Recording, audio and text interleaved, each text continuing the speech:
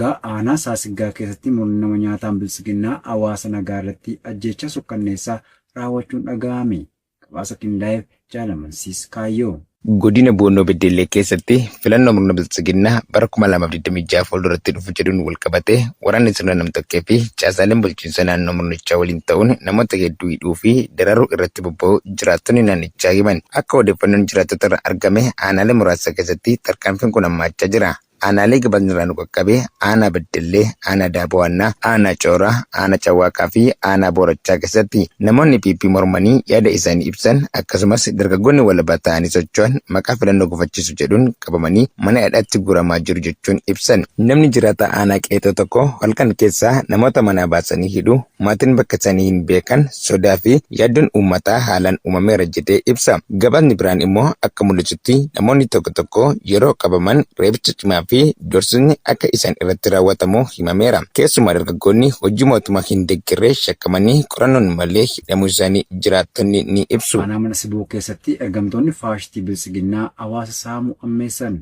Shaalee Raangameessaa waan qindeeffatte qabdi. Lixa Wallaggaa aanaa mana Siboo ganda waamaa Toobbaraa keessatti shiftoonni Abiy Ahmed gurraandhala 19,2026 maqaa deeggarsa milishaa jedhuun nama tokko irraa qarshii 7,000 hanga 9,000tti afaan qawween sodaachisanii guuraa turu maddeen arraata biyyoolessa Oromiyaatti himanii jiru. Haaluma kanaan namoota saamichi irratti raawwate keessaa kanneen maqaan isaanii nu ga'e Abbabaa Mokonnin, Ibraahim Qalloo fi Taarikuu Akiimii ta'uun eeramee jira. Abiy Ahmed Impaayera Itoophiyaa dinagdeen ishee gama maraan laamshee dandamachiisuuf jecha jaleewwan isaa qe'ee uummata Oromootti bobbaasuun maqaa kaffaltii gosa garaagaraa nagahee hin qabneen dinagdee isaa qucarsaa jiraatus dinagdeen biyyoota ollaa keenyaa walitti ida'amee hanga Itoophiyaa hin ga'u jedhanii dubbatan. Keeniyaan gibira garaagaraa akka hin buusneef dargaggoota ishee mormatte Itoophiyaa akka caaltu pirezidaantiin biyyattii gidduu kana dubbachuun ni beekama. Godina Horroo Guduruu Wallaggaa aanaa Abaaboo Guduruu keessatti waraanni goolessituu PP dargaggoo tokko rasaasaan rukutanii madeessuun dhaga'ame. Dabalatasaaf Jaalarbuu Dhugaa. Godina Horroo Guduruu Wallaggaa aanaa Abaaboo Guduruu ganda mootummaan kan keenya bakka addaa Araddaa Horuu jedhamee waamamu keessatti sirna dhabileeyyiin waraana maafiyaa bilxiginnaa gaafa gurraandhala 17,2026 dargaggoo maqaan isaa Roobaa Lamaayyoo jedhamu mana maatii isaa keessaa bakka inni taa'utti rasaasa itti roobsuun qoma gara mirgaa isaa rukutuun yeroo amma du'aa fi jireenya gidduu ta'uun hospitaala Kombolchaatti yaalamaa jiraachuu maddeen keenya ONM'tti himaniiru. Akka maddeen himanitti dargaggoon abdii maatii isaa fi biyyaatee kun hirmaannaa dhaaba siyaasaa kamiyyuu kan hin qabne ta'uu eeruun hidhattoonni kunneen wayita nama rukutame kanatti hawaasi naannichaa birmatu isin qeerroon bilisummaa Oromoo fi waraanni bilisummaa Oromoo akka isin keessa jiraatuuf haala mijeessaa jirtu jechuun hawaasa birmannaaf yaa'e irrattis dhukaasa bananii hawaasa gandichaa guutuu rifaasisanii ari'u maddeen itti dabaluun arraata biyyoolessa Oromiyaaf ifoomsaniiru. Uummata Oromoo afaan qawween cafaqee gabrummaa jalatti bulchuu kan barbaadu murni bilxiginnaa goleewwan Oromiyaa cufa keessatti hidhattoota gara jabeeyyii fi naamusa hin qabne akkuma fedhetti bobbaasuun hawaasa meeshaa maleeyyii irratti duguuggaa sanyii raawwachiisuu itti fufee jira. Duuli duguuggaa sanyii godina Wallootti qindoomina garee finxaaleeyyii Amaaraa faannoon uummata Oromoo irratti banamee jiru lubbuu namoota nagaa galaafachaa jiraachuun ibsame.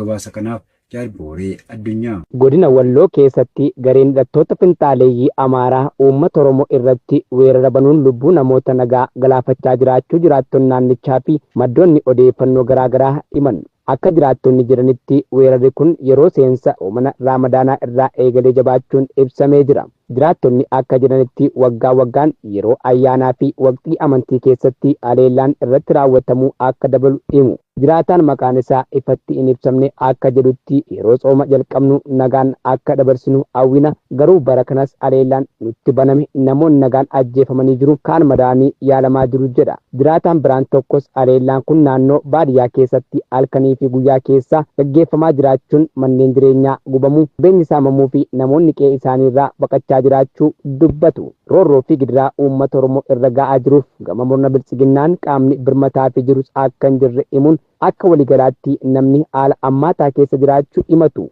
dhiibbaan amantii fi sanyummaan wal qabatu jedhu kun garuu naannicha keessatti sodaa fi wal shakkii babal'isaa jira. Hayyoonni dhimma kana nagaa fi walitti dhufeenya hawaasaa irratti hojjetan akka ibsanitti rakkoo akkasii fi furmaata waaraa argamsiisuuf qorannoo walabaa haqaa fi araarri hawaasaa akka barbaachisu hubachiisanii biltsiginnaan waan hunda afaan qawween furuuf waan deemuuf rakkoon kun ammaachuun jireenya guyyaa guyyaa irratti yeroo eeguun miidhaa qabsiisaa jira jedhu. Xiyyaaronni waraanaa Ameerikaa erga xiyyaaronni Raashiyaa naannoo Alaaskaatti argamanii booda bakkichatti bobbaafaman.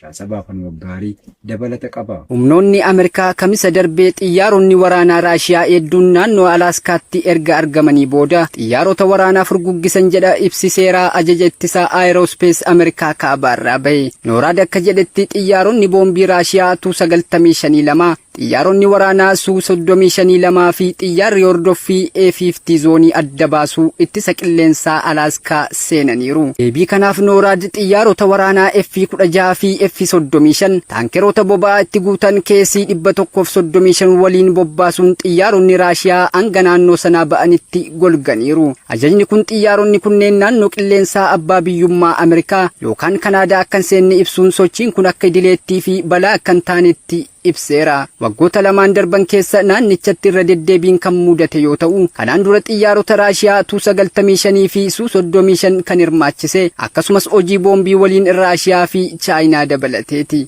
Ganjii gandoota baadiyyaa garaagaraa keessatti murni bilxiginnaa maqaa kaampaanii albuuda warqee baasuu kan Tulluu Kaappii jedhu ijaaruu jedhuun uummata dirqamaan qe'ee fi qabeenya irraa buqqisaa jiraachuun ifoome.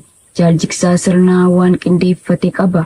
Godina Lixa Wallaggaa aanaa Ganjii gandoota akka biqiltuu Ankoorii, Kappii Gurraachoo, Gudayyaa Gujii fi kanneen biroo hedduu keessatti murni sirna nama nyaataa bilxiginnaa maqaa kaampaanii albuuda warqee baasuu kan Tulluu Kappii jedhamu ijaaruu jedhuun uummata qe'ee fi qabeenya isaa irraa buqqisaa jiraachuu jiraattonni bakkichaa arraata biyyoolessa Oromiyaatti himan. Akka jiraattonni bakkichaa arraata biyyoolessa Oromiyaaf eeranitti murni maafiyaa PP beenyaa tokko malee qe'ee fi qabeenya keenya irraa nu buqqisaa jira. Maqaa misooma guddina biyyaaf jedhuun karaa tokko ammoo qe'ee keenya irraa dhabama nu taasisaa jira jechuun dabaluun dubbatu. Akka uummanni gaaffii mirgaa hin gaafanneef waraana Empaayirichaa heddumminaan bakkichatti bobbaasuun uummata doorsisaa jiraachuun isaanii torban lamaa ol fixee akka jiru kan himan jiraattonni hamma yeroo odeessi kun qindaa'ettis uummanni murna kanaan dhiibamanii akka buqqaasifaman kan taasifaman bakka qubsumaa dhabuun rakkoo hammaataa keessatti kufanii jiraachuun ifoomeera. Sirni bututaan diinummaan uummata Oromoof qabu irraan kan ka'ee ergamtoota isaa Oromiyaa bakkeewwan garaagaraa keessa bobbaasuun daba seeraanis ta'uu seenaan silaa nama gaafachiisu ilmaan Oromoo irratti raawwachuu akkasumas tooftaalee garaagaraa Oromoon ittiin dhiibame qe'ee fi qabeenya irraa godaansifamu bocuun araddaa kabajaa golgoleessuun cinatti uummata silaa kabajaan maluuf salphinaan weeraranii gadda daangaa darbeen uummaticha haleeluu jabeessanii itti fufanii jiraachuun isaanii haqa mul'ataadha. Godina Kaaba Shaggar aanaalee maratti maatii qabsaa'otaa hidhuu, reebuu, saamuu, manneen gubuu fi miidhaan waraana murna bilxiginnaan jabaachuun ibsame. Jaalwabii biyyaa waan qindeeffate qaba. Godina Kaaba Shaggar keessatti maatii qabsaa'otaa irratti tarkaanfiin cimaa fudhatamaa jiraachuun jiraattonni naannichaa himan. Akka odeeffannoon garaagaraa argametti hidhaa, reebicha, saamicha qabeenyaa fi gubaa manneen jireenyaa dabalatee miidhaan gara jabinaan raawwatamaa jiraachuun ibsameera. Aanaalee kanneen akka Walmaraa, Muloo, Sulultaa, Dharraa, Yaayyaa Gullallee, Dhaabaa fi aanaa Jiddaa dabalatee bakkeen hedduutti rakkoon ulfaataa qaqqabaa jiraachuun ibsameera. Jiraattonni maqaan isaanii sababa nageenyaaf hin ibsamne akka jedhanitti namoota murna biltsiginnaa morman yookaan miseensi maatii isaanii qabsaa'ota ta'uu shakkaman irratti duulli adda addaa geggeeffamaa jira. Maatii isaanii qabaniidhu reebuu, qabeenya saamuu fi yeroo tokko tokko manneen isaanii gubuun doorsisaa jiru jechuun himan. Haati murna biltsiginnaan mormita jedhamtee qabamte tokko akkana jette. Ilmi keessan bosona keessa jira jedhanii nu reebanii na hidhan. Maatiin cubbuu hin qabnu garuu maqaa qabsaa'ota jedhuun nu dararaa jiru. Aanaa Yaayyaa Gullallee fi Dharraa keessatti manneen jireenyaa muraasni gubamuu isaanii fi qabeenyi loon akkasumas midhaan saamamuu isaanii jiraattonni ni himu. Aanaa Muloo keessatti immoo dargaggoonni hedduun to'annoo seerawaa malee qabamanii bakka isaan geeffaman maatiin isaanii hin beeknee jedhu. Aanaa Manasibuu keessatti loltoonni bilxiginnaa jiraattota saamuu fi hawwan gudeeduu akkaan cimsanii itti fufan.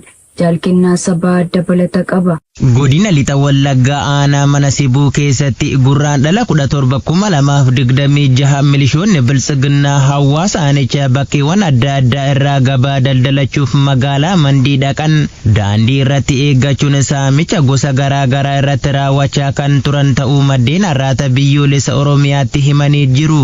Kana malees aanicha guutummaa keessatti hawaasa meeshaa maleeyyii akka bineensa bosonaatti adamsanii qabanii gara mooraa leenjiitti guuruun akkuma itti fufetti jiraachuu maddeenitti dabaluun arraata biyyoolessa Oromiyaaf eeranii jiru. Dabalataanis bulchiinsa magaalaa Harawwee keessatti guyyuma kana waraanni faashistii biltsiginnaa halkanan toora sa'aatii 4 mana jireenya jiraataa magaalichaa kan ta'e nama maqaan isaa Maaramaa jedhamu itti seenuun isa ari'anii manaa baasuun haadha manaa isaa irratti yakka gudeeddii raawwachuu maddeen ibsaniiru. Akka jiraattonni bakkichaa ibsanitti humnoonni nageenyaa murna biltsiginnaa kunniin yakka kana raawwatan ajajaa poolisii bakkichaa maqaan isaa Darajjee jedhamu kan yeroo dheeraaf uummata Oromoo irratti yakkoota hedduu dalagaa turee fi milishaa sirnichaa maqaan isaa Geetaachoo Addisuu jedhaman waliin ta'uun akka raawwatan arraata biyyoolessa Oromiyaatti himaniiru. Abbaan manaa dubartii gudeedamtee kun qawween doorsifamuun erga mana isaa keessaa baafamee qaanii guddaa keessa seenuun hanga oduun kun qindaa'etti manaa fi maatii isaatti akka hin deebinee fi eessatti akka baqate illee hin baramne jechuun ibsaniiru. Duula duguuggaa sanyii finxaaleeyyiin Amaaraa faannoon aanaa Jiillee Dhumuggaatti Oromoota Walloo irratti bananii namoota nagaa ajjeesaa fi madeessaa jiraniin wal qabatee lukkeeleen bilxiginnaa uummanni akka waliif hin birmanne dhorkaa jiraachuun barame.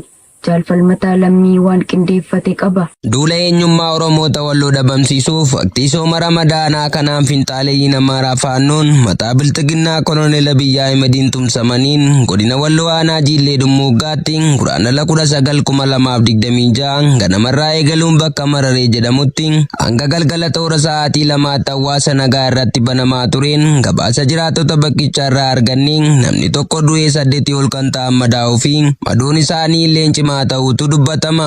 Kaleessa guraandhala 20 finxaaleeyyiin kun ammas akka haaraatti duula duguuggaa sanyii uummaticha irratti banuuf meeshaalee gurguddaa fi humna dabalataa naannoo Amaaraa irraa fudhachuu hordofee wayita hawaasni Oromoo aanaa Jiillee Dhumuggaa bakkeewwan adda addaa irraa waliif firmate hidhattoonni sirnichaa raayyaa ittisa Impaayaratti poolisootaa fi milishoota jedhaman konkolaataan gara iddoo lolli kun itti gaggeeffamaa ture deemuun finxaaleeyyii kanneen akka nama hin arginetti ilaalanii callisuun hawaasa unichaa waliif firmachaa ture ammoo ofii keessanii lola eegaltanii jeequmsa uumaa jirtu jechuun reebaa fi arrabsaa booda deebisuun akka isaan waliif hin birmanne taasisaa turuun ibsameera.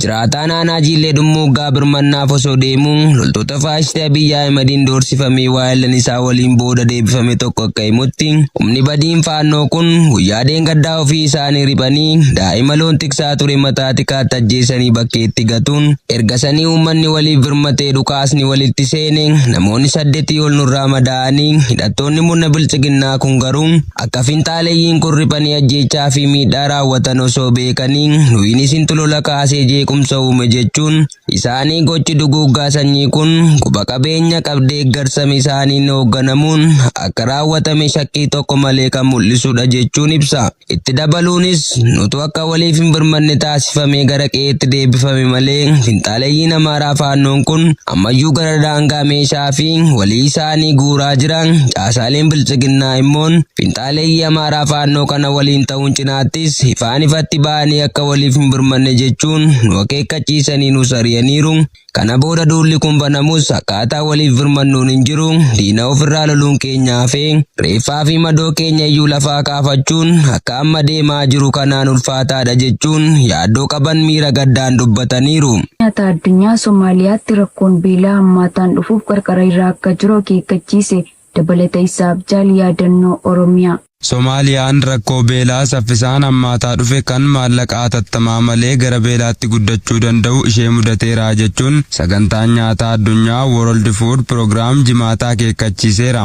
Yeroon roobaa lama fashalaa'ee waldhabdeenii fi buqqa'insi jumlaa namoota miiliyoonaan lakkaa'aman gara wabii nyaataa hamaatti dhiibee jira jechuun daayirektarri qophii fi deebii balaa tasaa WFP Rose Smith Jenevaatti ibsa gaazexeessitootaaf kennaniin himaniiru. Namoonni gara miiliyoona 4.4 ta'an tilmaamaan uummata 40 keessaa tokko sadarkaa muddama beelaa yookaan kana caalaa hammaatu keessa jiru jechuun akeekkachiisaniiru. Akka daayirektarri balaa tasaa kun jedhanitti gargaarsi nyaataa fi soorataa lubbuu baraaruu WFP'n yoo qabeenya haaraan hin argamne torban muraasa booda xumuramuu danda'a. Daa'imman gara miliyoona 2 ta'an hanqina nyaataa cimaa kan qaban yoo ta'u kanneen keessaa 400,000 ol hanqina nyaataa cimaa qabu. Ji'oota 5 darban qofa keessatti namoonni walakkaa miliyoonaa ta'an qe'ee isaanii irraa buqqa'uu isaanii WFP'n gabaaseera. Hanqinni maallaqaa kanaan dura hir'ina gurguddaaf dirqisiiseera. WFP'n yeroo ammaa gara namoota 640,000 gargaara. Kunis kan waggaa tokko dura miliyoona 2.2 turee fi deeggarsi soorataa dubartoota ulfaa fi daa'immaniif dhibbentaa 75 ol irraa gadi bu'eera. Ejensichi Soomaaliyaan ammas tarkaanfii rakkoo hongee kanaan duraa irraa akka jirtu mallattoolee akeekkachiisa dursaa ifa ta'an kanneen hongee bara 2011 dura mul'atanii fi bara 2022tti beela dhiyoo ta'e kan gargaarsa namoomaa dhiphoon hambifame kaasuun akeekkachiiseera. WFP'n dandeettii hojii deebii kennuu akka qabu garuu balaa ittisuuf deeggarsa maallaqaa hatattamaa akka barbaadu ibseera.